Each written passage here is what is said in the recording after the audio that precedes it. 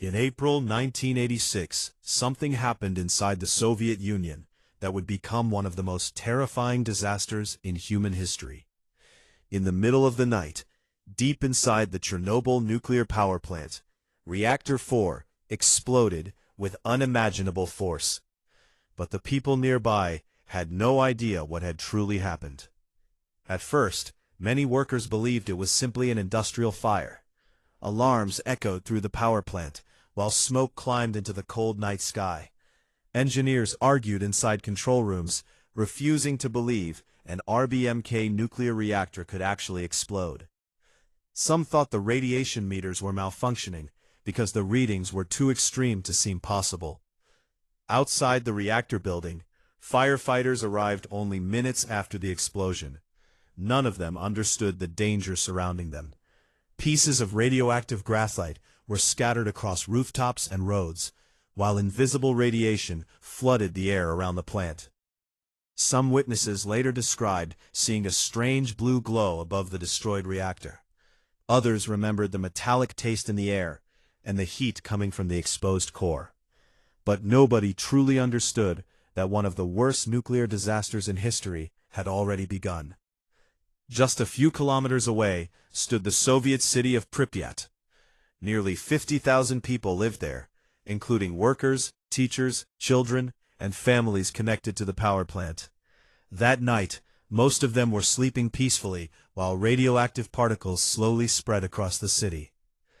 By morning, people noticed something strange in the sky. Smoke continued rising from the reactor, while helicopters flew overhead. But life in Pripyat continued almost normally. Children still played outside.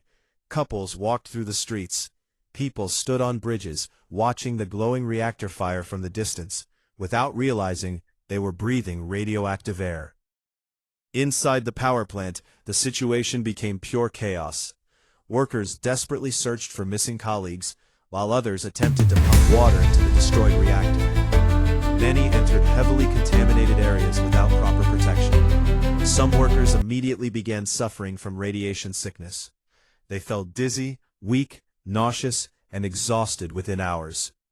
At local hospitals, doctors struggled to understand why firefighters and workers were suddenly collapsing. Victims arrived with burns, vomiting, and severe radiation exposure, unlike anything many doctors had seen before. Meanwhile, Soviet authorities attempted to control information about the disaster. For hours, almost nobody outside the region knew the true scale of what had happened. But radiation soon spread beyond the Soviet Union itself. In Sweden, workers at a nuclear plant suddenly triggered radiation alarms while arriving for work. At first, officials believed their own facility was leaking radiation, but after investigations, they discovered the contamination had drifted from somewhere far away. Only then did the Soviet government begin admitting that an accident had occurred at Chernobyl. Eventually, authorities ordered the evacuation of Pripyat. Hundreds of buses entered the city, while loudspeakers instructed residents to leave temporarily. People were told they would return home within a few days. Most never returned. Families abandoned apartments, toys, pets, photographs, and personal belongings. Entire lives were left behind almost overnight, as thousands escaped the contaminated city. But the disaster was far from over. The exposed nuclear reactor continued burning intensely, releasing dangerous radioactive material into the atmosphere. Soviet helicopters flew directly above the reactor, dropping sand, lead, clay, and chemicals in desperate attempts to contain the radiation. Pilots knowingly entered deadly radiation zones during these missions. Many would later suffer serious health consequences. Soon, thousands of soldiers, engineers, miners, firefighters, and volunteers, known as liquidators, were sent into the exclusion zone. Their mission was to prevent an even greater catastrophe. Some liquidators climbed onto highly radioactive rooftops to remove debris by hand because robots failed under the intense radiation. Workers were only allowed to remain on the rooftops for seconds at a time before running back to safety.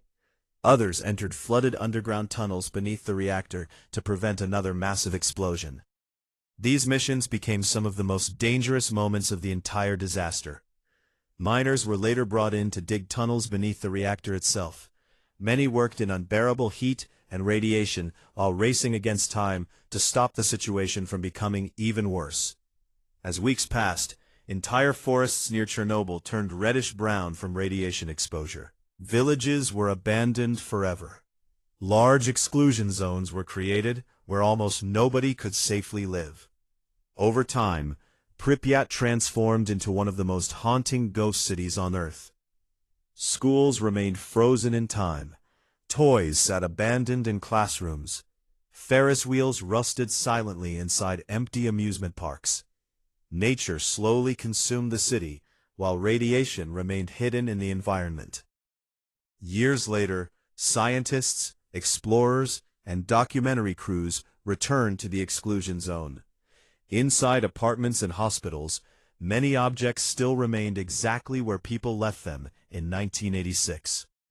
Eventually, massive concrete and steel structures were built around Reactor 4 to contain the radioactive ruins beneath them. Even today, dangerous radiation still exists deep inside the destroyed reactor.